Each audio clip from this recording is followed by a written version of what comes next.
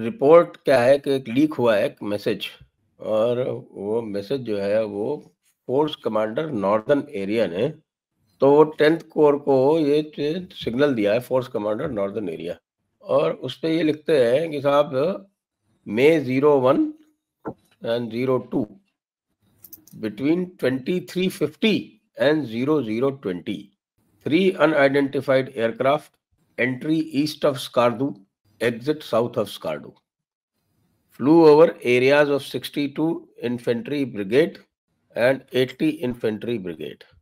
62 Infantry Brigade, 150 Infantry Brigade and 80 Infantry Brigade. No action taken by ground troops, no firing, no damage.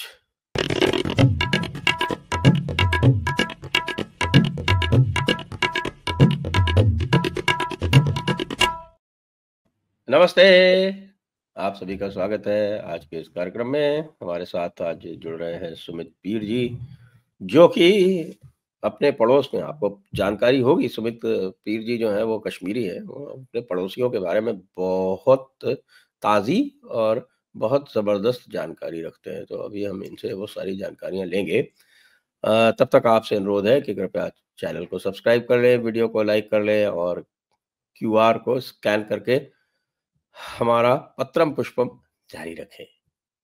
ये नीचे links भी दिए हुए हैं, उनको क्लिक करके भी कर सकते हैं। तो सुमित पीर जी कैसे हैं पड़ोसी?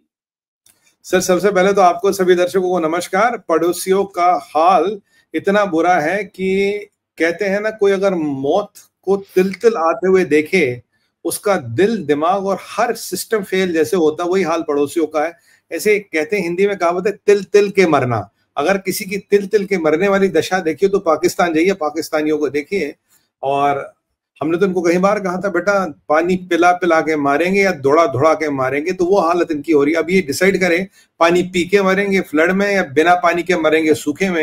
और इनकी जो फसल है सर, वो तो बिल्कुल खरीफ आज बिल्कुल निश्चित आपको कह रहा हूं कि 21% जो हमने पानी, जो अभी इम्पैक्ट आया, जो बागेतेल डैम वगैरह से हमने पानी बंद कर दिया। ना, उसको मैं क्लैरिफाई कर दूं आपको। वो जो 21% का जो, वो आप अगर उसको पूरा पढ़ेंगे, क्योंकि लोगों ने ऊपर जो लिख दिया है उसको तो पढ़ा है लोगों ने, लेकिन जो वो नोटिफिकेशन है उसको नहीं पढ़ा। वो नोटिफिकेशन कहता है कि साहब कि अगर हम चिनाब के पानी को नॉर्मल अज्यूम कर ले तब 21% डेफिसिट है। तो वो तो है ही नहीं है। चिनाब का पानी तो सर बंद हो गया, कहाँ दिख रहा। अब कल अखनूर में पानी 1.5 फुट का था, जहां अखनूर में मतलब you can not look at that river, इतना फास्ट और इतना बड़ा है।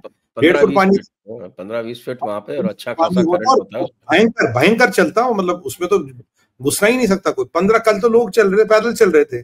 और ये जो इनकी खरीफ की फसल है, ये तो गई। मैंने किसी एक दो किसान भाइयों से भी पूछा, मैंने कहा यार अगर ये 20-21% पानी कम हो गया तो क्या होगा खरीफ की फसल का? कह रहे 100% गई। तो इनकी भुखमरी के पूरे लक्ष्य क्या पूरे योग बन रहे हैं। क्योंकि कल हमने जो इनको 4 चीजें बोली थी, SSS, स्पीड, सिक्रेसी और क्या था, speed, secrecy and I can't remember one है, स्पीड, सिक्रेसी और एक और था, और इसमें एक चौथा एस जुड़ जाता है, वो है स्टारवेशन का। तो 3 एस हमने बोले थे, चौथा एस हमने जोड़ा नहीं था, वो है स्टारवेशन का। क्योंकि अब जो स्टारवेशन इनका होगा, वो हालत इनकी और होगी। देखिए, अब इनका अगर पूरा बायोडाटा निकाला जाए, शुरू से शुरुआत की जाए, इन्होंने रशिया से उम्मीदें लगाई, रशिया ने मना कर दिया, भाई हम कुछ नहीं देंगे। कल पुतिन साहब की मोदी जी से बात हुई, बोला हम आपको फुल सपोर्ट देंगे। अब कल यूएस के हाउस स्पीकर माइक जॉनसन साहब कह रहे हैं कि अमेरिका भारत को पूरा सपोर्ट देगा। जॉन बोल्टन की कहे तो जॉन बोल्टन कहता, भाई अगर आप भारत को सपोर्ट नहीं दोगे तो चाइना इस वॉर में इंटरफेयर करके लॉन्ग रन में अमेरिका के इंटरेस्ट खराब करेगा, और इसलिए अमेरिका के लिए जरूरी है कि आप भाई इनको, भारत को पूरा पूरा सपोर्ट दो और बाकी भूल जाओ। क्योंकि आप भारत को सपोर्ट देके चाइना का इन्फ्लुएंस जो इस वॉर में, उसको कंट्रोल करोगे या कम करोगे। और वो तो ऑलरेडी कह चुके, जो हमारा पहलगाम में हमला हुआ उसमें हमास और हिजबुल्लाह का क्लियर फुटप्रिंट दिखता, जो मैं पहले कह रहा था, आपके चैनल पे भी बोल चुका, इसमें हमास हिजबुल्लाह का फुटप्रिंट बहुत क्लियर है। उसके अलावा ये गए साहब बाकी इस्लामिक ममालिकों के पास, कोई मदद करने को तैयार नहीं, एक्सेप्ट ये आपका अजरबैजान और तुर्किया, बाकी कोई मदद करने को तैयार नहीं। बाकी गुहार लगाने सऊदी भी आया, UAE भी आया, कुवैत भी आया, पर मोदी जी ने कहा भैया अपना काम करो। और अब जो लेटेस्ट इन्होंने सट्टा लगाया था वो लगाया था ईरान के विदेश मंत्री अगराची पे। कल अगराची पहुंचा वहां। अब ये सुनने में आया कि इस वीकेंड के अब 1-2 दिन में यहाँ आएगा। वैसे हमने बुलाया तो है नहीं, आएगा, चलो कोई बात नहीं, चाय वाय पिला देंगे। तो कल डॉक्टर जयशंकर साहब ने बड़ा अच्छा एक स्टेटमेंट दिया। बोला यार हमें अभी पार्टनर चाहिए, प्रीचर नहीं चाहिए, और खास वो preacher who don't practice that at home। तो ये स्टेटमेंट उन सारे उम्मत के लोगों के लिए था और उन सारे पीसनिक्स के लिए था जिन्हें लगता है कि भारत की लाइव्स आर डिस्पोजेबल, हिंदू मरा तो कोई बात नहीं, हिंदू तो मरते ही रहते हैं, बट तुम युद्ध वुद्ध मत करो। और मुझे सबसे बड़ा ताजुब होता है ईरान को लेके, सबसे बड़ा इंटरनेशनल प्रॉक्सी ऑफ टेरर, सबसे बड़ा ट्रांसकॉन्टिनेंटल टेरर नेटवर्क को चलाने वाला, दुनिया का सबसे बड़ा आतंकवादी, दुनिया के नंबर 2 आतंकवादी के लिए मीडिएशन करने आया। भाई हमें क्या समझ रखा है, कुछ लिखा है क्या हमारे माथे पे, कुछ लिखा है क्या? तुम्हें लगता है कि हम वो हैं कि तुम आओगे बोलोगे छोड़ दो मीडिएशन? क्या पाकिस्तान को मत छोड़ो, पाकिस्तान को छोड़ दो, पाकिस्तान को नेस्तो नाबूद मत करो, पाकिस्तान बच जाएगा इंशाल्लाह, फिर आएंगे तुम्हें मारने। कहानी तो यही है। और ये जो डॉक्टर जयशंकर साहब ने स्टेटमेंट दिया, दिल खुश हो गया मेरा स्टेटमेंट को सुन के। मैंने कहा सबको मैसेज दे दिया, go and mind your business. Sir Malaysia वाला क्या फरमा रहा? मलेशिया कह रहा है कि मेरे को पाकिस्तान के साथ सहानुभूतियां है, I understand their position. What the hell you understand their position? और ये ईरान वाले को मैं एक बात बता दूं, तुम्हारे खमेनी ने ट्वीट करके बोला कश्मीर में वही स्थिति है जो गाजा में है। तुम्हारे खमेनी ने कश्मीर को गाजा के साथ कंपेयर किया। तुमने पूरा कश्मीर के टेररिस्ट को साथ दिया, प्रोत्साहन दिया। हमास हिजबुल्लाह का हाथ दिख रहा पहलगाम में। और तुम इतने ब्रेजन हो, तुम इतने जाहिल हो और तुम इतने बेशर्म हो, तुम कह रहे जी मैं आ रहा हूं तुम्हारे नेगोशिएशन करने। क्यों? तुम कश्मीर को एक इंटरनेशनल मसला बनाओगे। आज तुम आओगे, कल 5 और जाएंगे, फिर 10 और आएंगे। जो एक बायलैटरल इशू तो अब है नहीं, खैर अब तो हमारा ही पूरा कश्मीर है, उसको तुम एक इंटरनेशनल बनाओगे और उम्मत के प्ले ग्राउंड पे फुटबॉल बनेगी। कोई यहां खेलेगा, कोई यहां खेलेगा, कोई यहां खेलेगा। और इनको लगता है कि भारत के जो हमारे डिप्लोमेट्स और जो हमारे अफसर लोग ये तो मदरसे से पढ़ के आए, इनकी तरह कुछ भी बोल देंगे, कुछ भी बोल देंगे। और क्या कह रहा है, मेरे बहुत अच्छे रिलेशन है भारत के साथ। एक बात मैं इसको बता दूं अगराची को, तेरे जैसे आतंकवादी के साथ किसी के रिलेशन नहीं है। तुझे पूरे अमेरिका में कोई नहीं पहचानता, पूरे साउथ अमेरिका में, यूरोप में कोई तुझसे बात नहीं करना चाहता। अबे अनपढ़, अगर भारत के साथ फोटो खिंचाएगा तेरी इज्जत बढ़ेगी। हमारा क्या है, हमारा तो नुकसान ही तेरे साथ फोटो खिंचाने में। अभी ये लोग पूरी कोशिश कर रहे हैं कि माई बाप किसी भी तरह से मोदी जी इनको बचा लो, पाकिस्तानियों को बचा लो, क्योंकि मुल्ला मिलिट्री नेक्सस गया, ये जहाद की फैक्ट्री गई, ये एपिसेंटर ऑफ टेरर गया, तो नया बनाने में बहुत टाइम लगेगा और फिर हम भारत को इतना तंग नहीं कर पाएंगे, भारत की प्रोग्रेस को नहीं रोक पाएंगे। गेम सारा इतना सा है। कहीं से भी देखिए एक ही चीज सुनने मारी, रेस्ट्रेन रेस्ट्रेन रेस्ट्रेन रेस्ट्रेन। अरे भैया जब तुम्हें अपनी युद्ध लड़ना होता हम तुम्हें रेस्ट्रेन की बातें करते हैं। हमारे लोग मारे जा रहे हैं, कौन सी इनमें से आके गारंटी देगा नया अटैक नहीं होगा? कौन सा इसमें से लिख के देगा पाकिस्तान सुधर जाएगा? कभी नहीं सुधरेगा पाकिस्तान। जब पाकिस्तान को डिसिमेट करने की बारी आ रही तब कह रहे रेस्ट्रेन रेस्ट्रेन रेस्ट्रेन। क्यों डर लग रहा कि मोदी जी एयर चीफ से मिल रहा है, मोदी जी डोवल साहब से 2 बार मिले, मोदी जी आपके नेवल चीफ से मिल रहे हैं, उससे डर लग रहा है? भारत की इतनी तैयारी देख के डर लग रहा है? भारत ने बंकर फिर खड़े कर दिए, इससे डर लग रहा है? भारत में जो हमारा जो ये आजकल ये what you call this emergency drills हो रही है, इसको देख के डर लग रहा है। सिविल डिफेंस ड्रिल्स हो रही है। और जो हमने बंकर जो 1971 में सर हमने छोड़ दिए थे, उनको फिर मरम्मत करके दुरुस्त कर दिया। हमने पंजाब में फसल काट ली, जो गेट के उस पार की फसल थी उनको भी हमने सिक्योर कर लिया। पंजाब में रेनफोर्समेंट कर रहे हैं, पंजाब में स्लीपर सेल्स पकड़ी जा रही है सर। आप देखिए 5 ग्रेनेड स्लीपर सेल देखिए ना, वो स्लीपर सेल सबसे बड़ी तो ये फार्मर्स ऑर्गेनाइजेशन है। ये एक्टिवेट हो गई ना, इनको एक्टिवेट कर तो दिया, ये कह तो रहे फिर से प्रोटेस्ट करने आ गए। आप देखिए पंजाब पुलिस ने सेंट्रल फोर्सेस के साथ मिलकर स्लीपर सेल तो पकड़ी है। अब ऐसी कितनी स्लीपर सेल है पंजाब में, कितनों को एक्टिवेट करने वाले हैं। और इसीलिए जो हमारी तैयारी भी चल रही है उसको निरस्त करने के लिए राहुल गांधी क्या कह रहा था? राहुल गांधी कह रहा था अभी हमला करो, अभी करो, मैं चलता हूं, चलो अभी करो, अभी करो। क्योंकि वो चाहते थे वहां इंडियन फौज की कैजुअलिटीज हो, पीछे से स्लीपर सेल्स को एक्टिवेट करे और जो हमारा वीट है, जो अब तक हाईएस्ट मतलब प्रोडक्शन हुई है वीट की, हम वो फसल हार्वेस्ट ना कर पाए, भूखमरी आए देश में। ये इनके बड़े बड़े प्लान होते हैं। नहीं तो ये राष्ट्रवादी काहे को बनेंगे? राष्ट्रवादी बनते इसलिए कि भारत की वाट कैसे लगाई जाए, कब लगाई जाए, किसके माध्यम से लगाई जाए। अब देखिए सारे इन गैंगों को एक्टिवेट करेंगे, एक एक करके ये सारी गैंग्स एक्टिवेट होंगी। और बाकी पाकिस्तान की हालत तो ये क्या कहा सुना ना आपने आज? किन्होंने? खड़गे ने। नहीं वो नहीं देखा सर, क्या बोला? खड़गे ने बोला ये मोदी को 3 दिन पहले से पहलगाम का पता था, इसीलिए उसने कश्मीर का विजिट कैंसिल कर दिया। तो लोगों ने उसको बताया कि भैया वो तो कश्मीर जा ही नहीं रहे थे, वो तो जम्मू जा रहे थे।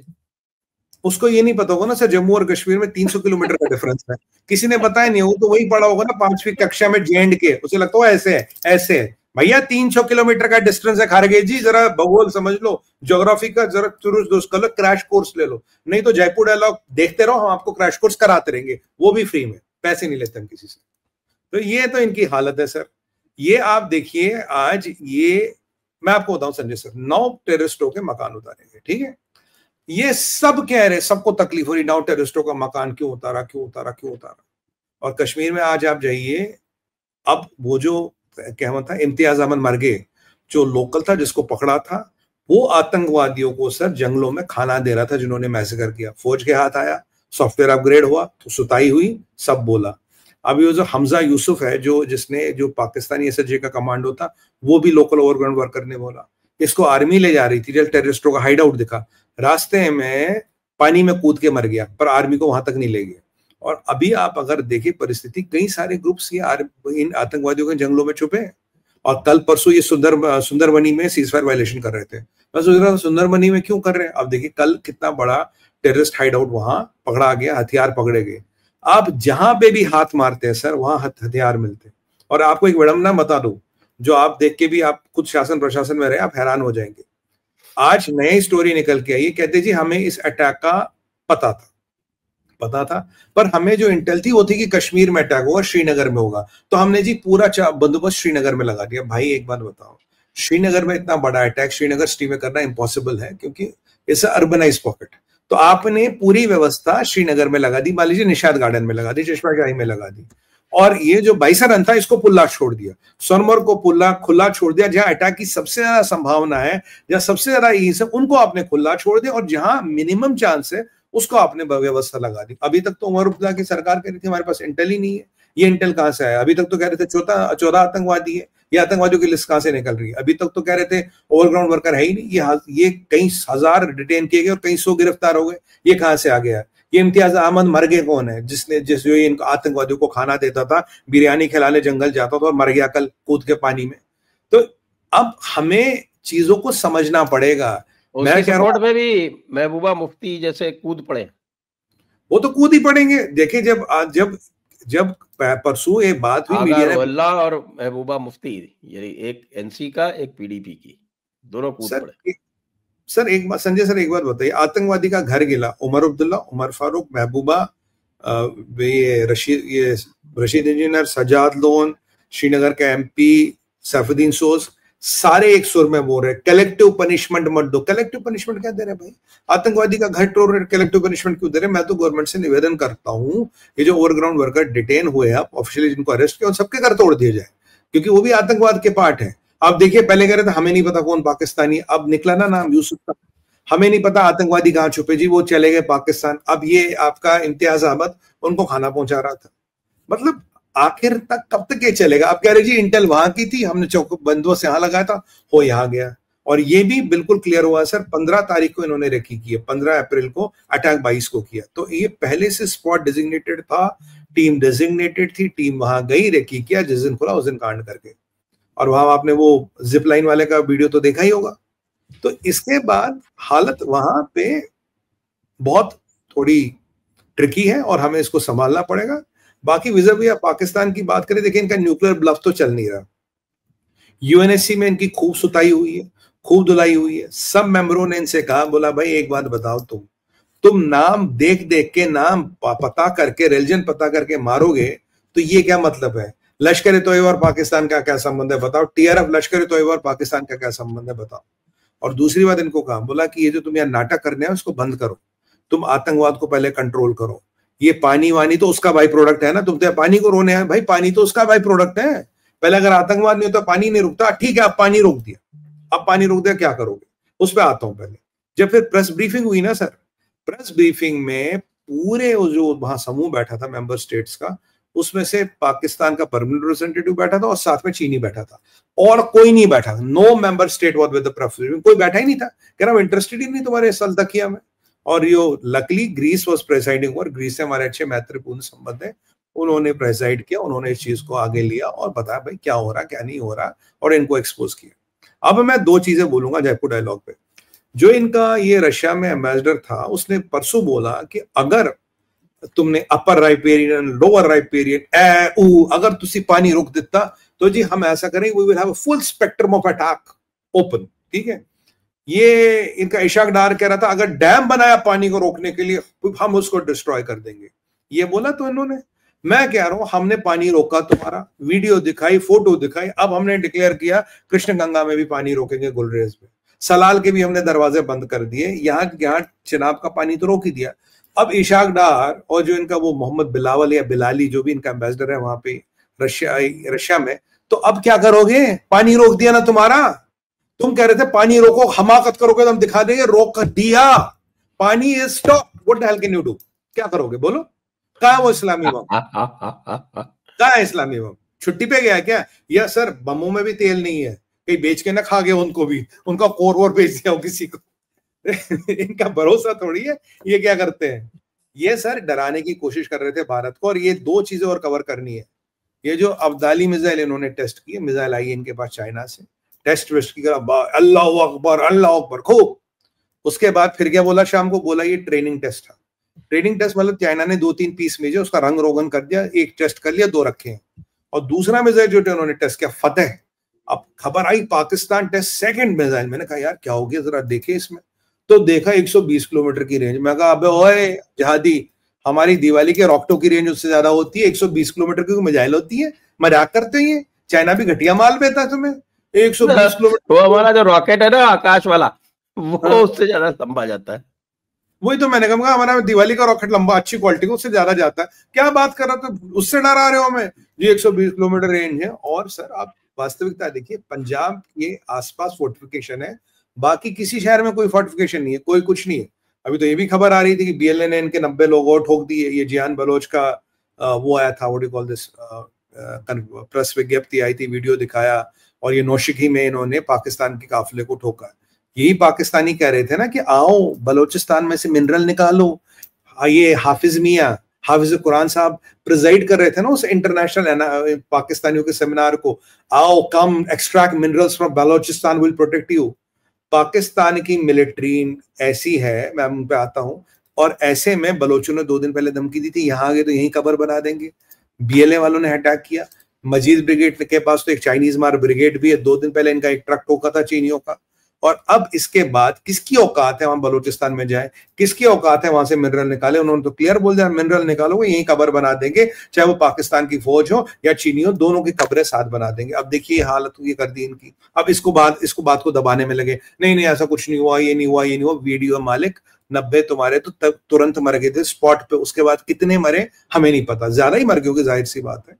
और मैं आपको 2-3 महीने पहले ले जाता हूं। 2-3 महीने पहले पाकिस्तानी कह रहे थे हमने जी एक बहुत जबरदस्त ऑपरेशन चलाया टीटीपी और बलूचिस्तान में, सबको देख लेंगे। मैं ये इंडिया न्यूज पता नहीं, एक पाकिस्तानी है तो वही कह रहा था, कोई नाम फनी सा नाम बताया, कितने नाम याद रखे, अज़्म इस्तेकाम, ज़र्ब अज़ब, पता नहीं क्या क्या फनी नाम रखते हैं। कर हमने ऑपरेशन चलाया, और मैं पाकिस्तानी हूं, तनु एक गल पूछना सी, बोलो यार तुम्हारी फौज कैसी, तुम्हारी मिलिट्री ऐसी जो ऑपरेशन करती, मैं जी इसका ऑपरेशन करूंगा, उसका ऑपरेशन करूंगा, वास्तविकता में तुम्हारी ही मिलिट्री का ऑपरेशन हो जाता है। तुम तो उनका ऑपरेशन करने चले थे, तुम्हारी फौज का ही ऑपरेशन हो गया भाई, वही निपट गए। कैसी फौज पाल रखी है, कैसे निकम्मों की फौज पाल रखी है। और तुम प्रोटेक्शन दोगे हाफिज कुरान, तुम दुनिया को बोलोगे अगर एक्सट्रैक्टर ऑफ मिनरल, घंटा नहीं कर पाओगे तुम। ये तो तुम्हारी हालत है। सर एक चीज और बोल दी, मजेदार खबर दर्शकों के लिए। अरे मैं वो नाम बता दूं आपको? कौन सी जी?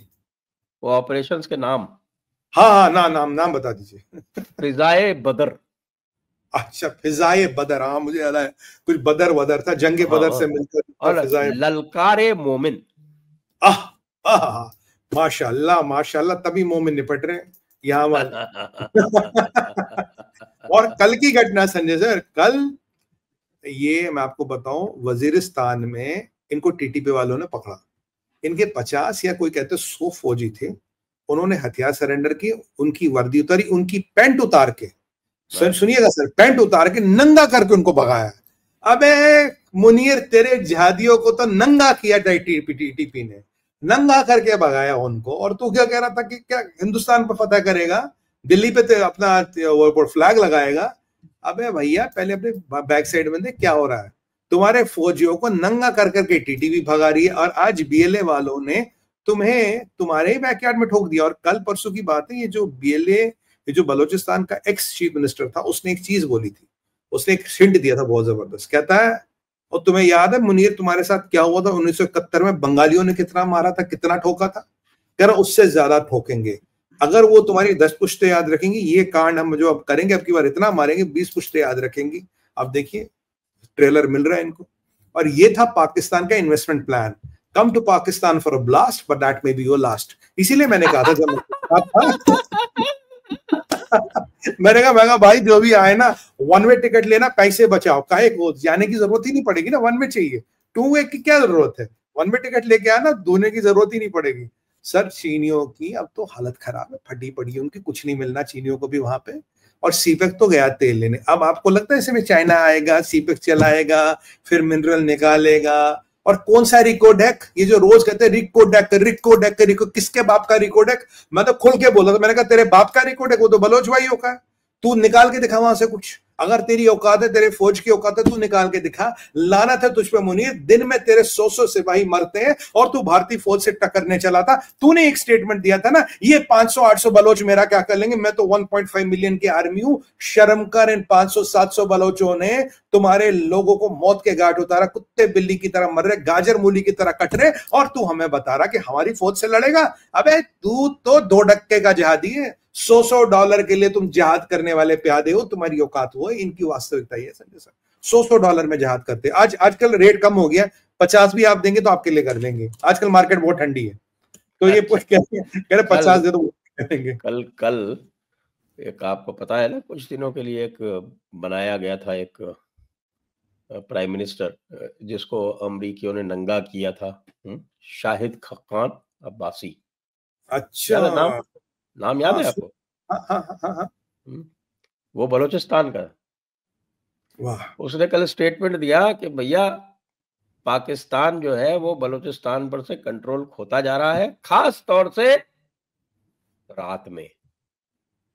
स्टेटमेंट को आप पढ़े तो वो साफ कहता है कि भैया रात में तो कोई निकल ही नहीं सकता, संभव ही नहीं है, पूरी तरह से बलोच का राज है यहाँ पर, और दिन में भी बिना सिक्योरिटी के कोई निकल नहीं सकता। जो सड़कें हैं वो सब बलोच जो है उसके ऊपर कंट्रोल किए हुए।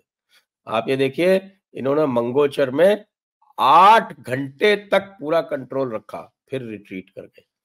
इनके पास भी थोड़ी समस्या है, इनको और थोड़ी सी मदद चाहिए, मदद चाहिए। वो नफरी के लिए तो मेरे ख्याल से थोड़ा इम्पोर्ट कर ले, हमारे वो जो कनाडा में बैठे हुए हैं उनको बुला ले। नहीं, और देखिए ये जो बलोच है काम तो अच्छा कर रहे हैं। मैं कह रहा हूँ अगर आसिम मुनीर के स्टेटमेंट पे जाऊं, 600-700 बलोच है यार, तेरे तो हजारों लोग मार लिए इन्होंने। मैं तुम्हें लानत नहीं आती, शर्म नहीं आती तुम्हें? अब जो तुम्हारी हार तो पहले 4 जंगी थी, मैं तो बलोचिस्तान और टीटीपी को भी उस पर जोड़ दूंगा। तुम देश के अंदर नहीं लड़ पाते, बाहर क्या लड़ोगे? और कल मैं इनके एक मौलाना का बयान देख रहा था, वो लाल मस्जिद में बैठता है, कहता है यार काफिरों का तो बड़ा अच्छा है। कह रहे जी क्यों? कह रहा काफिरों के यहाँ कोई मिसिंग नहीं होता, काफिरों के यहाँ प्रोटेस्ट अलाउड है, काफिरों के यहाँ कोई लाल मस्जिद वाला इंसिडेंट भारत में नहीं हुआ आज तक, काफिरों के यहाँ सहाफी मिसिंग नहीं है, काफिर जुल्म नहीं करते, और काफिर इस तरह की हरकतें नहीं करते जो पाकिस्तान में हो रही। इतना जुल्म मुसलमान में नहीं होता जो पाकिस्तान में हो रहा। एक और मौलवी कल कह रहा था, कह रहा भाई मैं पश्तून हूं, मैं कुरान मेरे हाथ में, कसम खा के कहता हूं मोदी जी हमला करो, पूरा पश्तूनिस्तान आपके साथ खड़ा होगा, आपके पीछे खड़ा होगा। क्यों? इन पाकिस्तान के पंजाबियों ने हमारी ऐसी जैसी कर दी, हमारा जुल्म कर, हम पे जुल्म किया। कहता स्वात वैली में कोई ऐसा घर नहीं जिसका एक दो बंदे ना मारे हो, इन्होंने मारे। इन्होंने कह रहा ये ऐसे लोग हैं, इन्होंने चुन चुन के हमारे लोग को मारा। आप आइए, चाहे मुझे जेल में डालो ना डालो, मैं हिंदुस्तान जिंदाबाद कहूंगा, मैं हिंदुस्तान की आर्मी का साथ दूंगा। ये इनकी हालत है। लाल मस्जिद आपकी कहाँ सर? लाल मस्जिद आपकी लाहौर में, ठीक है, इस्लामाबाद में है, इस्लामाबाद में। ये रही रात ये वजीरिस्तान में। और बलोचिस्तान के एक्स चीफ मिनिस्टर का स्टेटमेंट आपने, मैंने बताई दी आपको। तो चीफ मिनिस्टर नहीं, एक्स प्राइम मिनिस्टर, हाँ। तो ये जो 3 आप स्टेटमेंट देख रहे हैं, 3 डिफरेंट स्टेटों से आ रहे हैं, मतलब 3 डिफरेंट बड़े शहरों से आ रहे हैं कि भाई, और पाकिस्तान की आवाम तो एक चीज समझ गई है, अगर ये जंग लड़ ली मूडीज का रिपोर्ट देखिए, कह रहा पाकिस्तान विल गो खत्म, इसके बाद अगर आप पाकिस्तान में कितना भी पैसा डालो ये उठ नहीं पाएगा, 50-60 साल तक पाकिस्तान उठ नहीं पाएगा। और मुनीर ने निकल जाना सर, वक्त पकड़ते जहाज पकड़ने आनो निकल जाना सी, और ये जितने बेचारे मरते रहेंगे खपते रहेंगे। अब पीओके में देखिए आटा स्टॉक करने को बोला 2 महीने का, वो कह रहा है आटा ही नहीं, इतना स्टॉक कहां से करे, इतना अरे वो आटा कह है रहे नहीं। साहब एक 2 दिन का राशन मिलता है, आप कह रहे हो 3 महीने का और राशन कह रहे स्टॉक 2 महीने का स्टॉक करो, कह रहे है ही नहीं, कहां से करे मालिक, 2-2 दिन का राशन मिलता, कह रहे कहां से स्टॉक करे। ये बलोचिस्तान में हालत, ये टीटीपी में हालत। सर आपने सुना किसी फौज के लोगों की पतलून उतारी हो लिटरली। पर वो प्राइम मिनिस्टर साहब ने एक और चीज बात अच्छी बोली, कहता है याद करो मुनीर, तुम्हारे भारतीय फौज ने तुम्हारी पतलूनें उतरवा के चेकिंग की थी तुम्हारी, और ये सच है, हमने इनकी पतलूनें उतरवाई थी, जरा चेकिंग वकिंग करनी थी, क्योंकि जहादी तो है ये पता ना क्या अंदर अंदर छुपाए हुए हैं, वो कैविटी वैविटी इनके बड़ा गड़बड़ मामले वो लोग हैं, तो इनकी पतलून उतार के हमने चेकिंग तो करी थी 93,000 फौज की। कहता शर्म नहीं है उसके बाद तुम्हें 93,000 फौज के साथ सरेंडर किया, उसके बाद भी शर्म नहीं है तुम्हें। बट जो मुझे सबसे अच्छी चीज जो अभी लग रही है कि भारत के सामने कोई पाकिस्तान की पैरवी तक नहीं कर पा रहा, कोई खुल के पाकिस्तान के पीछे भी नहीं आ रहा। और तुर्किया से भी पूछो, वो कहता नहीं मैंने हथियार नहीं दिए, जबकि उनका सबसे बड़ा शिप आया था पाकिस्तान इस्लामाबाद, कहता मैं हथियार नहीं दीजिए, मैं कराची में आया हूं, मैंने हथियार नहीं दिए। ये बस बाकी ये जो आपका what you call this Azerbaijan है, इसका स्टेटमेंट मुझे बड़ा चुप गया। कहता we are telling India not to take any unilateral action. मुझे समझ नहीं आता, जुम्मा 4 दिन नहीं हुए पैदा हुए, तू कौन मैं कौन, खामखा तू हमें बताएगा यूनिलैटरल एक्शन लेंगे नहीं लेंगे। Who the hell are you, तेरी औकात कितनी है कि तुम यूनिलैटरल एक्शन मत लेना। और खबर तो ये भी है संजय सर, जो टर्की ने यूनिलैटरल किधर से है, तुमने तो हमला कर दिया, तो अब तो जो कुछ भी है वो सब हम तो जो बायलैटरल है। करना करेंगे, अब तुमसे पूछ के करेंगे क्या? अब हम तुमसे पूछेंगे क्या? हम अजरबैजान से पूछ के पाकिस्तान पे हमला करेंगे कि इतने बुरे दिन आ गए क्या हमारे? मतलब ये बांग्लादेश भी तो बोल रहा है। अरे वो फजलुर रहमान की बात करो, लंगड़े की, वो तो सर मैं आपको बता रहा हूँ, जिस दिन उन्होंने वो बीएसएफ वालों के साथ वो दुर्दशा हुई थी ना, हमारे 16-17 लोग मरे थे, आपको याद है कैसे लाशें उन्होंने वापस दी थी, उस दिन हमें उस क्षेत्र को डिसिमेट करना था और उस फजलुर रहमान की को उल्टा टांग के उसके खाल खींच के उसके अंदर भूसा भरना था। ये हमने नहीं किया, कांग्रेस की सरकार थी, नहीं किया। आज वो लंगड़ा जहादी बच गया और आज वो कह रहा कि हम नॉर्थ ईस्ट पे हमला करेंगे, ये करेंगे, जबकि मुजू कह रहा मेरा इससे क्या नाम है इसका, यूनिस कह रहा मेरा उससे कुछ लेना देना नहीं, पर यूनिस का तो एडवाइजर है, यूनिस की सरकार का हिस्सा है, तो यूनिस कैसे कह रहा मेरा उससे कुछ लेना देना? भाई यूनिस तेरा सब कुछ लेना देना इससे, तुम हमें डरा रहे हो। और चाइना क्या कह रहा है जी, मेरी फौज लद्दाख में बैठी है और यहाँ कारगिल को एक्टिवेट करने की कोशिश हो रही है। कोशिश तो बहुत कर रहे हैं सर, कोशिशें बहुत कर रहे हैं, बट सबको जवाब मिलेगा, सबको मुंह की खानी पड़ेगी। I am very happy, Russia आपके साथ आ गया, अमेरिका आपके साथ आ गया और इजराइल आपके साथ आ गया। अल्टीमेटली देखिए, क्रिश्चियन और ज्यूइश वर्ल्ड में ही सपोर्ट मिलेगा, इस्लामिक वर्ल्ड में ज्यादा से ज्यादा आपको न्यूट्रलिटी मिल सकती है, उसके अलावा कोई सपोर्ट नहीं मिलेगा। और ये तब परिस्थिति है जब सारा खाना इनका यहां से जाता है। India controls 40% of total world's food, उसके अलावा तेवर ही है। यूएई ने तो बाज़ाब्ता अपोज किया आपके इंडस वाटर ट्रीटी को, जो हमने सस्पेंड किया कि नहीं जी आपने ठीक नहीं किया। अब भाई एक बात बताओ, हमारे लोग मरेंगे तो हम क्या बैंड बाजा बारात लेके जाएंगे पाकिस्तान? बट अब की बात जो डिसाइसिव एक्शन है पाकिस्तान के खिलाफ, पूरा खत्म करने वाला, तैयारी हमने पूरी की है। मुझे लगता है 1971 के बाद इतनी तैयारी आज हम पहली बार कर रहे हैं, इतने बड़े ऑपरेशन की कर रहे हैं। और 71 में तो बांग्लादेश निकाल दिया था सर, तो अब की बार 4-5 हिस्से तो करेंगे। तब से हमने बहुत कुछ किया। और बालाकोट के बाद अगर हम मिलिट्री एक्सपर्ट से पूछें तो आपको ये बताएंगे कि हमने बहुत तैयारी की है, बहुत तैयारी की है। शायद मोदी जी का ये विजन था कि एक दिन ये परिस्थिति आएगी, ये जिहादी नहीं मानेंगे, और हमने बहुत तैयारी की है सर, पीछे बहुत तैयारी है हमारी। अब हम पब्लिक ब्रॉडकास्ट पे तो नहीं बोल सकते, तैयारी बहुत की हमने। और उस तैयारी को लेकर उनको डर लग रहा है, पैसे इनके पास है नहीं, खाना पीना इनके पास है नहीं, तो जंग किस पे लड़ेंगे? और अगर इनको लगता है कि कोई सामने आके मदद करेगा, वो भी सामने आके मदद करने वाला नहीं है। जो रहा सा चीन है, बट चीन को भी काउंटर करने के लिए रशिया हमारे साथ है, अमेरिका हमारे साथ है, इजराइल हमारे साथ है, तो चाइना भी अब इतना खुल के तो सामने नहीं आएगा। कुछ हरकतें इधर उधर जरूर कर सकता है, which we have to budget and which we have to be ready for, because China cannot be trusted in any situation whatsoever, वो तो है। और बाय द वे, ये आसिम मुनीर मुझे अब तक समझ नहीं आया गया या है, क्योंकि इसके जो फोटो वीडियो आ रहे हैं सर, कोई कहता असली है, कोई कहता नकली है, कोई कहता 2 साल पुराना, 2 महीने पुराना, 4 दिन पुराना। अब भी एक कोई वीडियो ऐसा नहीं आया जिसका आप टाइम स्टैम्प एस्टैब्लिश कर सको, हाँ ये आज का वीडियो है, यहाँ का वीडियो, वो अब भी कोई नहीं आया।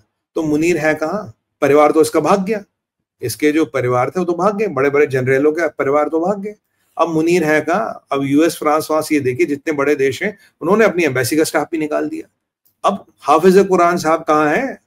और अब इनकी परिस्थिति ये है कि इन्होंने, चाहे इनके पास टर्की से ड्रोन आए हो, ईरान से ड्रोन आए हो, हमने रशिया से इग्ला 5 हमें लेना था, Igla S, that is the most potent weapon against these drones, वो हमारे पास आ गया है, तो वी आर रेडी।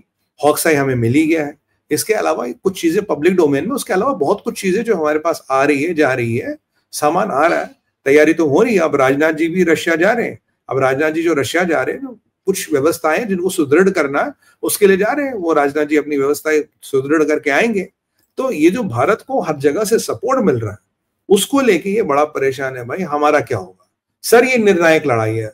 और मैं आपको बताऊं, मैंने पाकिस्तान के वीडियो देखे हैं, वहां के लोग कहते हैं मोदी जी आके प्लीज हमला करो, इस हरामखोर फौज ने हमारी हड्डियों का बोन मैरो तक चूस लिया, इकोनॉमी को खत्म कर दिया, कह रहे थे कश्मीर दिलाएंगे, पैलेस्तीन दिलाएंगे, करेंगे, वो करेंगे, कुछ भी नहीं किया, पाकिस्तान को लूटने का काम किया। मोदी जी आप हमला करो, हमें इन जादियों से बचाओ, we want to get liberated, और अब वो आप ही कर सकते हो हमला करके, आप कृपया करके हमला करें। तो जिस देश में उसकी जनता उसके साथ ना हो, लाल मस्जिद, बलोचिस्तान, टीटीपी, ये नॉर्मल वीडियो सोशल मीडिया पे चलते हैं, उस देश का क्या होगा सर? कौन उनके साथ होगा? कोई भी उनके साथ। आप जो है इनको इतना हल्के में क्यों ले रहे हो? आपको पता है उन्होंने रफाल का एईसा रडार जो है वो जैम कर दिया था अपने पुराने वाले क्या बोलते हैं जैमर से, जो दुनिया में आज तक कोई नहीं कर पाया। अच्छा, ये मुझे लगता है ये जो जैमर था ना सर, ये वो ले गए मौलवी साहब के पास, उसने थूका और थूका होगा, और जब फूक और थूक के बाद वो जैमर इतना सुदृढ़ हो गया उसने रफाल का रडार जैमर। आप याद है सर, कुछ दिन पहले इन्होंने एक सुरसुरी छोड़ी थी और रात को 2 बजे इंडियन और रफेल आए थे, मिग आए थे, हमने भगा दिया, असी ने भगा दिया। हालत ये, इनके 8 या 12 F-16 उड़ते, वो भी ग्वादर में छुपाए हैं, एक आध तो चोरी हो गया। अब ब्लॉक 3 इनके पास। साहब आप कैसे बोल रहे हैं कि 8 और 10 उड़ते हैं? नहीं, उड़ने की परिस्थिति में कितने हैं सर? उसके पार्ट वार्ड भी तो यूक्रेन को भी दे दिए ना इन्होंने, अमेरिका के कहने पे, कुछ दे दिए, कुछ बेच दिए। उड़ने की परिस्थिति में तो ज्यादा है नहीं इनके पास। अब एक बार बताइए कि ये लड़ाई किससे लड़ेंगे? अब एक ही ब्लफ था इनका, न्यूक्लियर। अब ये जो अब मैं आपको एक और इनकी कलाकारी बताऊं, इन्होंने अभी पीछे एक वीडियो जारी किया। अब जब ISPR को लगा यार मामला खराब हो रहा, पूरी दुनिया में सपोर्टिंग मिले, तो प्रोपेगेंडा वीडियो जारी किया कि पाकिस्तान के गाजी कितना तैयार है, तो अपनी ड्रिल विल ये सब के वीडियो जारी किए। इसमें आपको कुछ चीजें बताऊंगा। ड्रिल में संजय सर आपको मिलेगा ब्रह्मोस की फोटो। अब ब्रह्मोस तुम्हारे बाप का है क्या? ड्रिल में मिलेगा उसकी S-400 की फोटो, ड्रिल में मिलेगी आपको स्टारलिंक से इलॉन मस्क है ना, उसके रॉकेट लॉन्च की फोटो। तो मतलब दुनिया में जहां जहां जो फोटो मिली वो लगाते गए और बीच में अपने कुछ वो शॉर्ट्स इंसर्ट किए ड्रिल के, और अपने अनपढ़ मदरसा छाप आवाम को ये चूरन खिला रहे हैं, देखो पाकिस्तान कितना मजबूत है, कितना हम काफरों का मुकाबला करेंगे, हम काफरों को देख लेंगे। ये कह रहा है, ये मतलब प्रोपेगेंडा वीडियो भी चोरी करके बनाते हैं। अबे कम से कम ब्रह्मोस नहीं डालते उसमें, S-400 तो नहीं डालते उसमें, HQ-9 डालो ना, FM-15 डालो ना, जो चाइना का कबाड़ तुम्हारे पास है वो डालो। और सर हमने तो, अब चलिए तो ओपन मीडिया में बता देता हूँ, जो हमने टैंक्स डेवलप की है, जो हमारे पास ऑलमोस्ट डेवलप है, FRSV टैंक्स है, और उनकी आप कंपैरिजन करिए उस चाइनीज टैंक के साथ जो 40 किलोमीटर चलने के, और जिसका रेडिएटर फट जाता है, गर्म होकर फट जाता है, जिसका बैरल खुद फटता। बांग्लादेश में उन्होंने टैंक भेजी, टेस्टिंग में बैरल ही फट गया, 4 लोग मर गए। वही टैंक है इनके पास है जो चाइना खुद यूज नहीं करता। तो ऐसी टैंकों के साथ तुम FRSV का मुकाबला करोगे? हमारे पास नाग है, हमारे पास न्यूक्लियर पावर बोर्ड सबसे, और भी बहुत कुछ है हमारे पास जो हम थोड़ा बहुत बता सकते हैं, जो बहुत कुछ है और भी हमारे पास। तो उसका मुकाबला तुम ये चाइनीज खिलौनों से कर पाओगे? और तुम्हारी फौजियों की तो हालत खराब है, जो हमने उनको खड़ा कर रखा ना बंदूक लेके कि अब हिंदुस्तान आएगा, अब हिंदुस्तान आएगा। और जो तुम्हारे पास रहे से पैसे भी वो कितने दिन चलेंगे? हफ्ता, महीना, 1.5 हफ्ता, उसके बाद तो ना गोली होगी, ना रोटी होगी, ना तनख्वाह होगी। बंदूक विदाउट गोली इज लोहा, और फौज में तो ये कहते हैं कि अगर आपकी गोलियां खत्म हो जाए, destroy the barrel and drop the gun, क्योंकि 20 किलो का लोहा लेके भागने का कोई मतलब नहीं है, ये तो फौज का रूल होता है। तो पाकिस्तानियों, तुम्हारे पास वही परिस्थिति जल्दी आने वाली है, बंदूक तो होगा, गोली नहीं होगी, टैंक होगी जो अंदर फटती है, सबमरीन तुम्हारे रिपेयर में है, फ्रीगेट तुम्हारे डॉक्स हैं, और जो चाइनीज का वाड़ा उड़ने वाला है, ये तो खुद चीनी नहीं उड़ाते, तुम्हें दे दिया उड़ाने को। PL-15 और no PL-15 will not make a difference, PL-10 से कुछ नहीं होने वाला हमारा। और अब जो हमारे पास है उसका तो तुम्हें अंदाजा भी नहीं है। याद करिए, मोदी जी ने कुछ महीने पहले बोला था भारत के पास वो हथियार है और भारत वो हथियार डेवलप कर रहा है जो न किसी ने देखे होंगे न किसी ने सुने होंगे। अब ऐसी कई सारी चीजें आ रही है, क्या है क्या नहीं है वो तो हम बात नहीं करेंगे, क्या है क्या नहीं है, वो तो पाकिस्तान में हम जब लाशें गिरेंगी पाकिस्तान की फौज की और जब खड्डे बनेंगे तो उनसे हमें इनकी मारक क्षमता का अंदाजा होगा, ये हथियार कितने सटीक है। तो will get the accuracy of the weapons on the actual warfield itself this time. तो इसलिए हमें अनुमान लगाने की कोई जरूरत नहीं सर। ये अब की बार इन्हें पता, पाकिस्तान गया 100% गया, क्योंकि जो आदेश फौज को है वो है इरिवर्सिबल डैमेज, स्क्रैच नहीं देना, बाजू अनइमेजिनेबल डैमेज बोला था, इरिवर्सिबल। अनइमेजिनेबल का मैंने वो बड़ोडिया साहब है ना हमारे एयर चीफ, उनका मैंने एक स्टेटमेंट सुना था, तो उनसे पूछा गया भाई ये अनइमेजिनेबल का क्या मतलब होता, हमें जरा उसका परिपेक्ष, हमें उसका समावेश बताए। तो उन्होंने कहा ऐसा होता मोटा मोटा जो इरिवर्सिबल, जैसे बालाकोट रिवर्सिबल था या पूरी था। देखिए इनक्यूबेटर है जहाज का, मैं जहाज के 10-20 पिल्ले और निकल आएंगे, वो कोई बड़ी बात तो है नहीं। पर ये जो आप डैमेज करोगे, जैसे आपने या कट दिया, सिलाइयां लग गई, ठीक हो गया, अपने स्टिचेस आ गई, बैंडेज लगाया, ठीक हो गया। पर अगर बाजू ही काट दी जाए तो भैया बाजू तो नहीं उगती ना, नहीं, वो तो कट गई परमानेंट। तो ऐसा ही कोई डैमेज है which cannot be reversed, irreversible damage which cannot be reversed, which can be power projects, which can be even nuclear assets, there are many options। और हम आपके पास आएंगे स्पीड्स के, सिक्रेसी, और उसके बाद that will lead to starvation। Speed secrecy तो हमारा होगा ही, and that will ultimately lead to your starvation, because we are going to do this operation very very fast. ये कोई लंबा युद्ध नहीं चलने वाला, जो भी होगा जल्दी होगा। शायद इसीलिए पाकिस्तानियों ने जो टर्किश शिप है, नेवल शिप सबसे बड़ा, उसको इस्लामाबाद में डॉक करवा दिया। एक तो टर्की सामान लाया होगा उसमें, और डॉक इसलिए करवाया कि थोड़ा इंश्योरेंस होगा, अगर टर्की का यहाँ जहाज यहाँ, तो Turkey is a part of NATO, तो शायद भारत हमला ना करे, शायद कराची का ब्लॉकेड ना करे, या हम इस शिप को लड़ाई में घुसाए तो then Bharat will can not open a front with NATO. ये सब कार्यकारिता कर रहे हैं।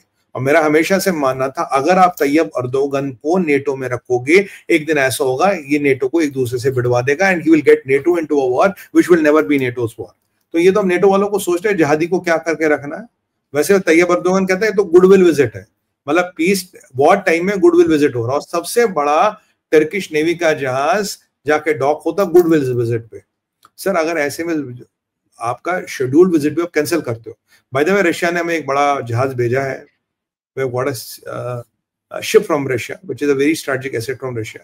तो ये लोग जो कहते थे ना पुतिन को सपोर्ट क्यों करते हो आप, पुतिन के बारे में क्यों कहते हो, भैया सपोर्ट नहीं करेंगे तो कौन आएगा। रशिया भी तो हमेशा खड़ा होता है हमारे पीछे, तो रशिया ने भेज दिया ना आपका सबसे आपका एक ब्रेकिंग न्यूज है सर। हाँ सर, ब्रेकिंग न्यूज ये है कि एक रिपोर्ट क्या है कि एक लीक हुआ है एक मैसेज जी, और वो मैसेज जो है वो फोर्स कमांडर नॉर्दर्न एरिया ने 10th कोर, कल तो 10th कोर जो है वो शायद मुजफ्फराबाद या इधर लोकेटेड है इनकी, 11th कोर तो इनकी मंगला में, तो 10th कोर को ये सिग्नल दिया है फोर्स कमांडर नॉर्दर्न एरिया, और उस पे ये लिखते हैं कि साहब May 01 and 02 between 2350 and 0020 3 unidentified aircraft entry east of Skardu, exit south of Skardu, flew over areas of 62 Infantry Brigade and 80 Infantry Brigade. 62 Infantry Brigade, 150 Infantry Brigade and 80 Infantry Brigade.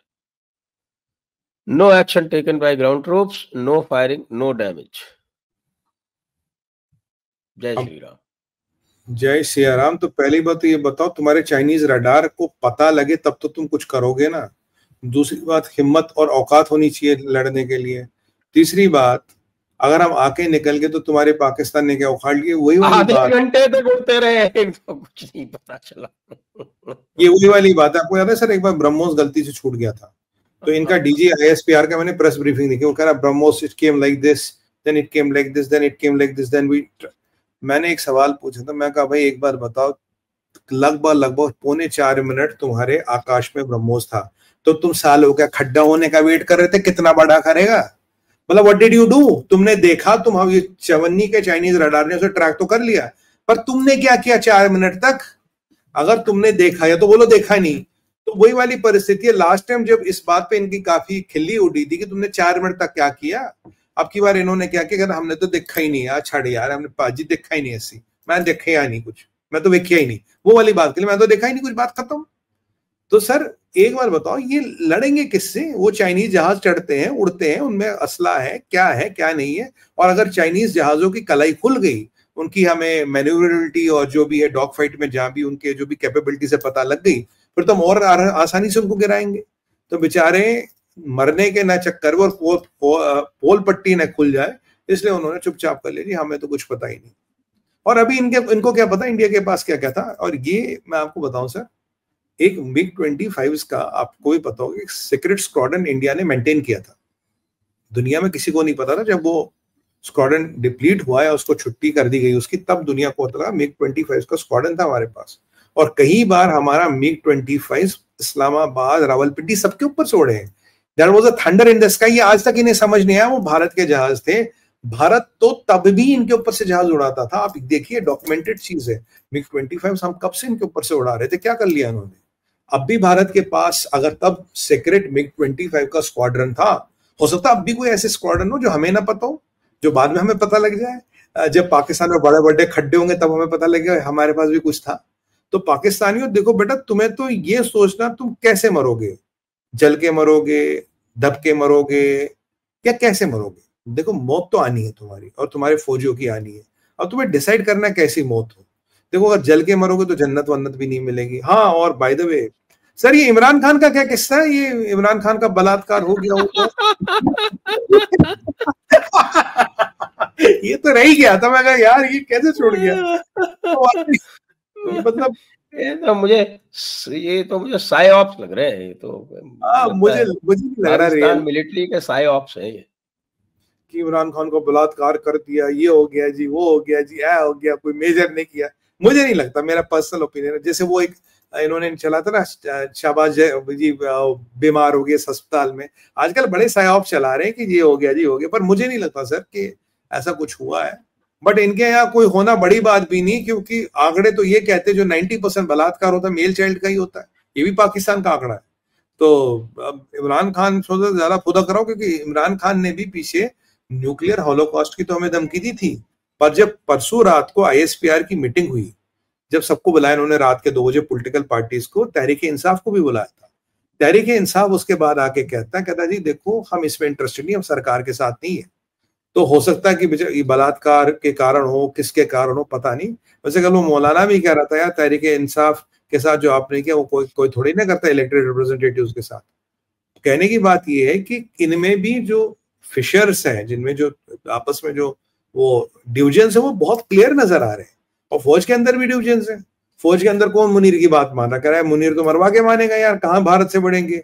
और चीनी तो हमारे तक पीछे तक खड़े हैं, जब तक हम उनके काम आएंगे। और सबसे अच्छी बात ये, BLA वालों का एक चीज में धन्यवाद देना चाहूंगा। मैं काफी दिनों से इनसे अपील कर रहा था, बिल्कुल क्लियर चाइना को बोलो सीपक गया, यहाँ आओगे यही गाड़ देंगे। अब बिल्कुल ये BLA के भाइयों ने बिल्कुल उस चीज को सुदृढ़ कर दिया है। जो वहां जाता वहीं उसकी मैयत बना देते हैं। ये बहुत अच्छी बात है। चीनियों को वहां बताने दो।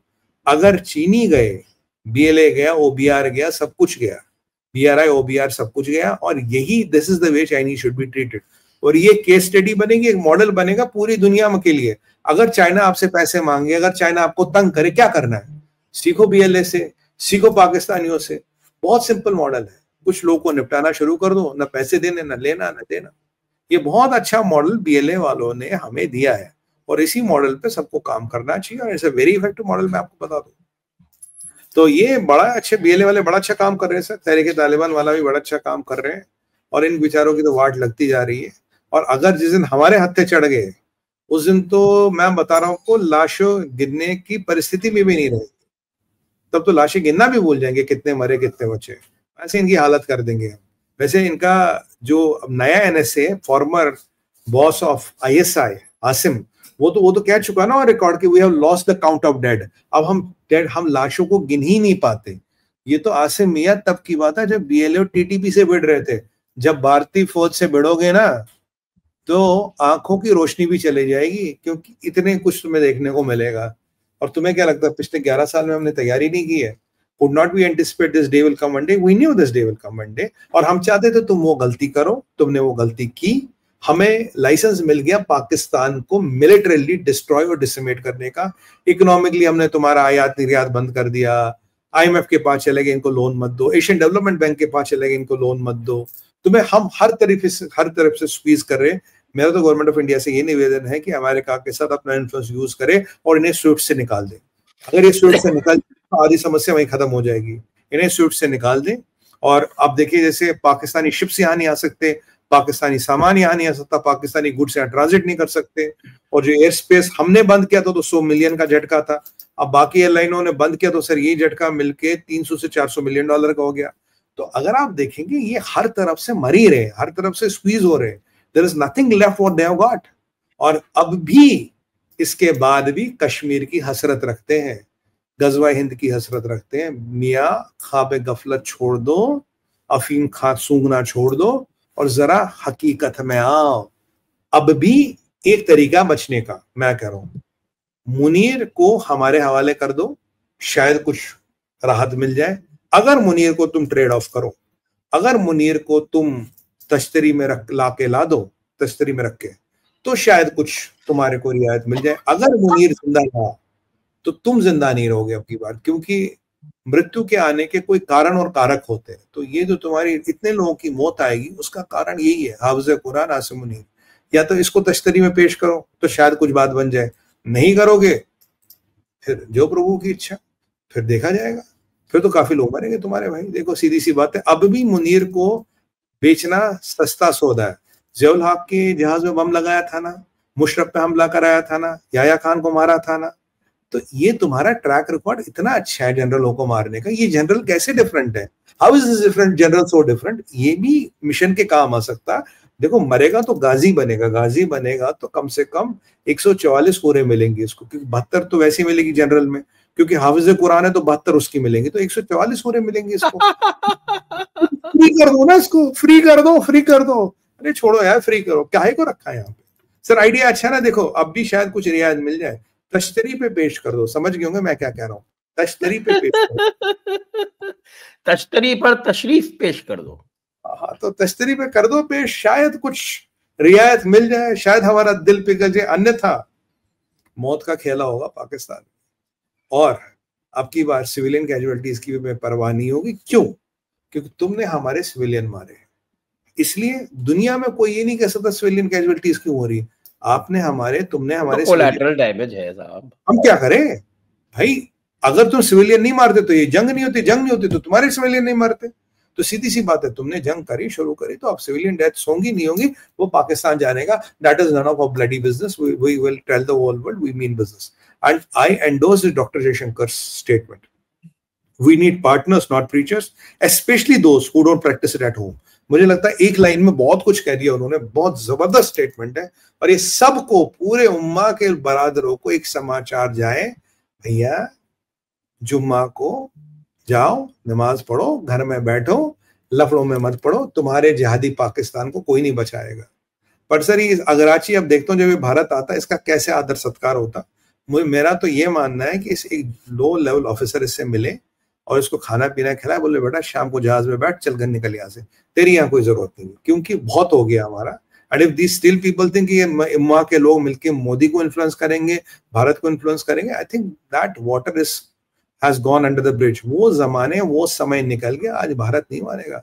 भारत बहुत शक्तिशाली और तुम सबको भारत की जरूरत है। You all need India and India's economy. You are surviving because of India. खाना यहाँ से जाता है, मार्केट यहाँ, सब कुछ तुम्हारे यहाँ से जाता है, दवाई के लिए भी तुम यहाँ आते हो। और जो 4 चीजें हमने पाकिस्तान की बंद की वो दर्शकों को बता दो। 4 चीजें क्या है? कोई जहाज के इंजन नहीं है, कोई बहुत हाईटेक नहीं है। Fruit, vegetables, sugar and medicine, ये बेसिक 4 चीजें जरूरत जिंदगी, वो भी भारत से जाती थी। और ऑफिशियल जो आंकड़ा है 1.3 बिलियन का भाइयों, और जो अनऑफिशियल ये खरीदते थे, जो इनके उम्मा के बरादर है मलेशिया में, सिंगापुर, इधर उधर, जिनके माध्यम से दुबई से ये खरीदते थे उम्मायत के लोगों के थ्रू, यही माल ये $10 बिलियन का इंपोर्ट करते थे। मतलब जो हमसे डायरेक्ट 2 रुपए की चीज मिलेगी, उम्मा के बरादरों से वो 8 या 10 रुपए की मिलती थी। तो डायरेक्ट इंपोर्ट था $1.13 बिलियन, हमारा इंपोर्ट 0 था पाकिस्तान से। अगर आप इनडायरेक्टली को काउंट करोगे तो सर ये 10 बिलियन से ज्यादा था। मतलब 2 रुपए की चीज उम्मा के बरादर इनको 10 रुपए में बेच देते, और ये खुश थे कि भाई उम्मा के बरादर दे रहे, पर वो हमसे ही तो लेते थे। उनका भी स्क्रू टाइट कर दिए, भैया या तो हमसे काम कर लो, हमसे खाना ले लो, वरना ये सब सिस्टम बंद कर दो। सब करें, बिल्कुल सर, बिल्कुल बंद करेंगे सर, नहीं करेंगे सर आगे से। सर खाना भी नहीं है, पानी भी नहीं है, देखो जहादियों कब तक चलेंगे। बाकी जो पाकिस्तान के मोटे सांड जैसे जनरल है, ये तो चलते रहेंगे। इनमें चर्बी इतनी भरी है शरीर में, 1-2 महीने तो चर्बी पे कट जाएगा इनका। पर ये जो बेचारे छोटे मोटे सिपाही हैं, ये छोटे मोटे अफसर हैं, इनका क्या होगा? अब अंत में एक आपको हम अच्छी सी एक किसी रिटायर्ड आर्मी ऑफिसर ने जो चीज लिखी है ट्विटर के ऊपर, वो सुनाते हैं। जी सर। क्योंकि मोदी जी जो है ना, वो कभी पानी छोड़ देते हैं, कभी बंद कर देते हैं। तो वो कह रहे हैं कि साहब इतना सूखा गीला भी नहीं खेलना मोदी जी। बेचारों को ये तो समझने दो कि पानी पीना है या डूबना है। मैं कह रहा था सर शुरू में, या तो प्यासा मारेंगे, नहीं तो डुबा डुबा के मारेंगे।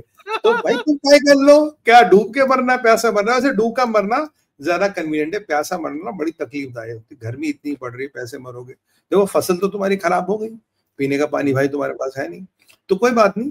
बाकी बीएलए के लोग कार्रवाई कर रहे हैं, टीटीपी कार्रवाई कर रहा है, अभी सिंधु देश में भी कार्रवाई होगी। और एक और बात बता दूं, ये टर्की का शिप या नो शिप, उससे कोई चीज नहीं बदलेगी। शायद चीजें आगे पीछे 2 दिन 1 दिन हो जाए, उससे ज्यादा कुछ नहीं हुआ। तैयब अर्दोगन की भी कुछ औकात नहीं है। तैयब अर्दोगन का जो ख्वाब है, वो कश्मीर में खिलाड़ी बनना चाहता है, वो ख्वाब धरे का धरा रह जाएगा। और अगर केवल इस चीज का कोई कभी गणित निकाले, कश्मीर की हसरत लेके कितने लोग मैयतों में लेटे हैं, तो लाखों में नंबर आएगा। अब तो सुधर जाओ, लाखों मैयतों और कब्रों के बाद तो सुधर जाओ। अगर नहीं दिल भरा तो ये मल्टीप्लाई होती रहेंगी। हमें कोई दिक्कत नहीं, तकलीफ नहीं। हमारे पास गोलियां, बंदूक और गोले बहुत हैं। कब्रों की व्यवस्था तुम, कब्र और कफन की व्यवस्था तुम करो, बंदूक गोली और गोली की व्यवस्था, बंदूक गोले और गोली की व्यवस्था हम करेंगे। बिल्कुल क्लियर मैंडेट है, पर कब्र और कफन तुम्हारा मैंडेट है भाई, हमारा नहीं है। ये मत बोलना क्या हिंदुस्तान से भेजो, हमारे पास नहीं कुछ भी। तो आइए आज की चर्चा को हम यहीं पर विराम देते हैं। सभी दर्शकों को बहुत बहुत धन्यवाद। सुमित पीर जी को भी बहुत बहुत धन्यवाद। जय हिंद, जय भारत, वंदे मातरम। संजय सर आपको धन्यवाद, सभी दर्शकों को साधुवाद। माँ भारती को नमस्कार करते हुए भारत माता की जय, वंदे मातरम और हर हर हर हर महादेव।